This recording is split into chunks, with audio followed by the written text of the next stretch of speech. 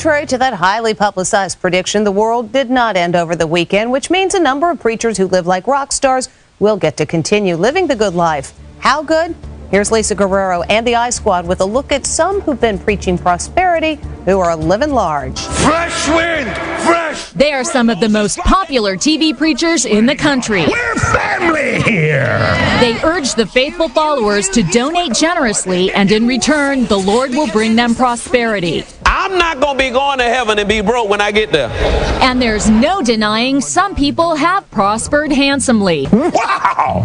The pastors themselves. They live like rock stars with huge mansions, private jets, and fancy cars. Their lifestyles are so lavish, 6 of them have been investigated by the U.S. Senate, like Paula White, who lives in multi-million-dollar homes in New York City and Tampa, Florida. And Creflo Dollar. He gets around in style, flying in private jets to preach around the country. He owns this mansion in an exclusive Atlanta suburb. Mr. Dollar, how do you Not one of them would agree to an interview about their opulent lifestyle. How do you justify your million-dollar mansions and your jets to all of your donors, sir? Oh, yeah. But when it comes to opulence, few religious leaders compare to Kenneth Copeland. You and I are supposed to always have. To show you his house, we rented this helicopter so you can see his 18,000 square foot mansion valued at over $6 million. He lives in this home outside Fort Worth, Texas. It has beautiful water views and comes complete with a boathouse. But that's not all. Copeland is an avid pilot, and here's his pride and joy, a $20 million Cessna Citation jet. It's the fastest private jet money can buy. He said he needed it to better serve the Lord, and proudly did a flyby for his followers after the church bought it. Shout amen! But it's not just one plane. We found a fleet of planes registered to the church. And you won't catch him waiting in line at the airport because he's got his own, the Kenneth Copeland Airport, located right next to his mansion. I think Copeland is unbelievably greedy.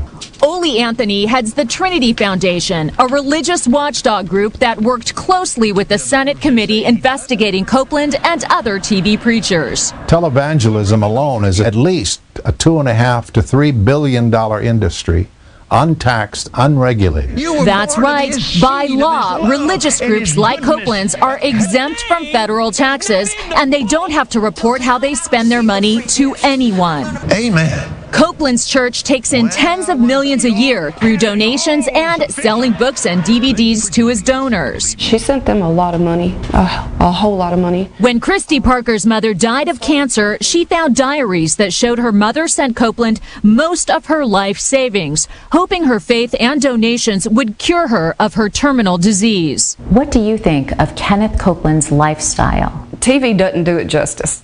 Their office furniture is probably worth more than most people's houses. It makes you sick. Oh, my. Copeland refused our request for an interview, so we caught up with him at an event in North Carolina. Why you're living such a lifestyle of luxury off of church donations? Ma'am, I don't think we have time for this.